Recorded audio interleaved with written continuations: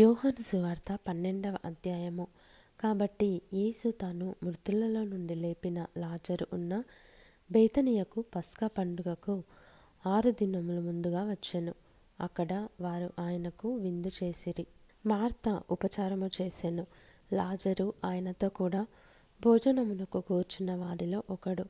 అప్పుడు మరియ మిక్కిలి విలువగల అచ్చ జటామాంసి అత్తరు ఒక సేరున్నర ఎత్తు తీసుకొని యేసు పాదములకు పూసి తన తల వెంట్రుకలతో ఆయన పాదములు తుడిచెను. ఇల్లు ఆ అత్తరు వాసనతో నిండెను.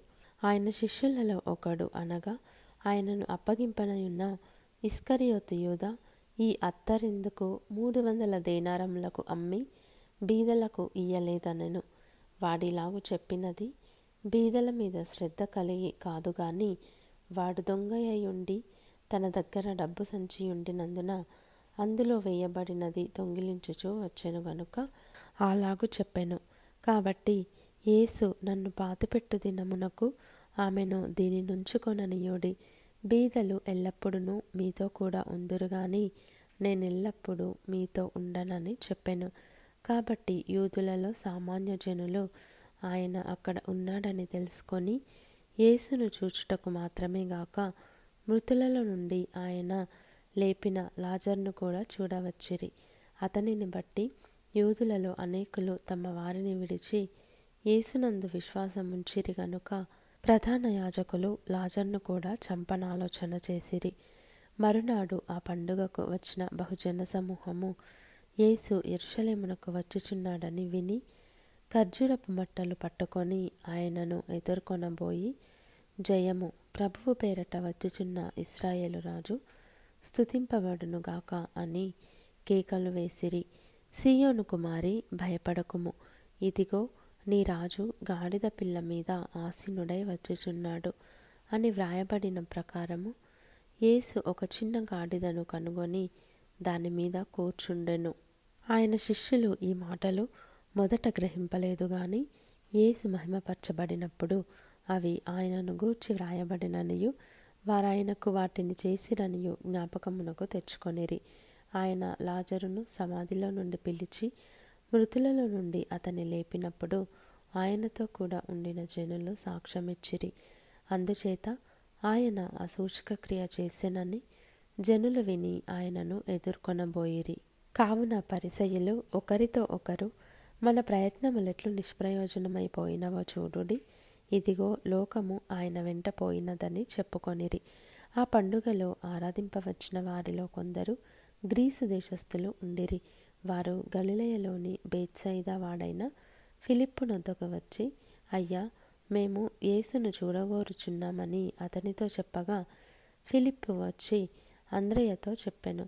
అంద్రెయయు ఫిలిప్పును వచ్చి యేసుతో చెప్పిరి. అందుకు యేసు వారితో ఇట్లనెను, మనుష్య కుమారుడు మహిమ పొందవలసిన గడియ వచ్చియున్నది. గోధుమ గింజ భూమిలో పడి చావకుండిన ఎడల అది ఒంటిగానే ఉండును, అది చచ్చిన ఎడల విస్తారముగా ఫలించును. తన ప్రాణమును ప్రేమించువాడు దానిని పోగొట్టుకొనును. ఈ లోకములో తన ప్రాణమును ద్వేషించువాడు నిత్యజీవము కొరకు దానిని కాపాడుకొనునని మీతో నిశ్చయముగా చెప్పుచున్నాను. ఒకడు నన్ను సేవించిన ఎడల నన్ను వెంబడింపవలెను. అప్పుడు నేను ఎక్కడ ఉందునో అక్కడ నా సేవకుడును ఉండును.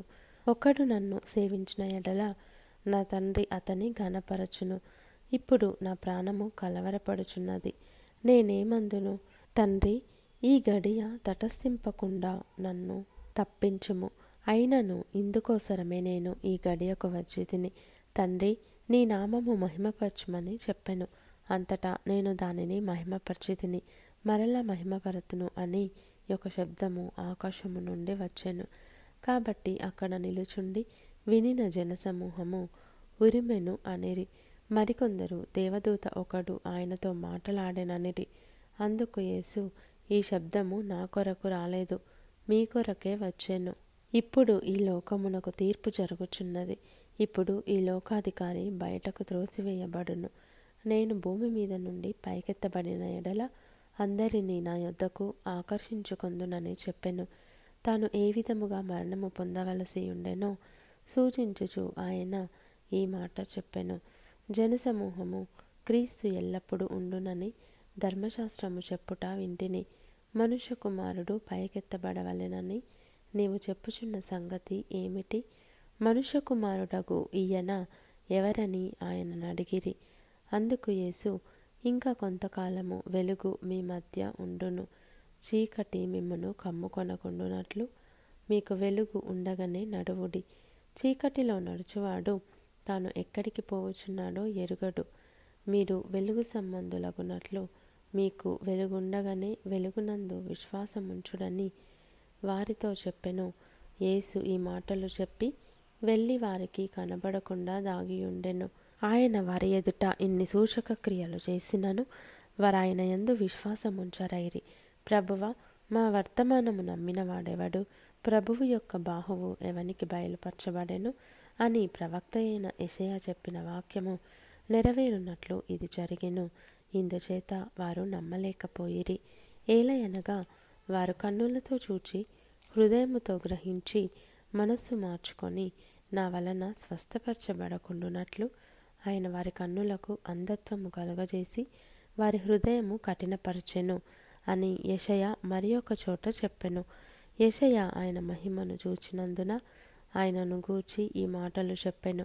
అయినను అధికారులలో కూడా అనేకులు ఆయన యందు విశ్వాసముంచిరి గాని సమాజంలో నుండి వెలివేయబడదుమేమో అని పరిసయ్యులకు భయపడి వారు ఒప్పుకొనలేదు. వారు దేవుని మెప్పు కంటే మనుషుల మెప్పును ఎక్కువగా అపేక్షించిరి.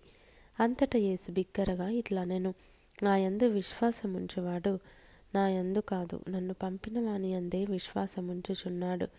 నన్ను చూచువాడు నన్ను పంపిన వానినే చూచుచున్నాడు. నా యందు విశ్వాసముంచు ప్రతివాడు చీకటిలో నిలిచి ఉండకుండునట్లు నేను ఈ లోకమునకు వెలుగుగా వచ్చియున్నాను.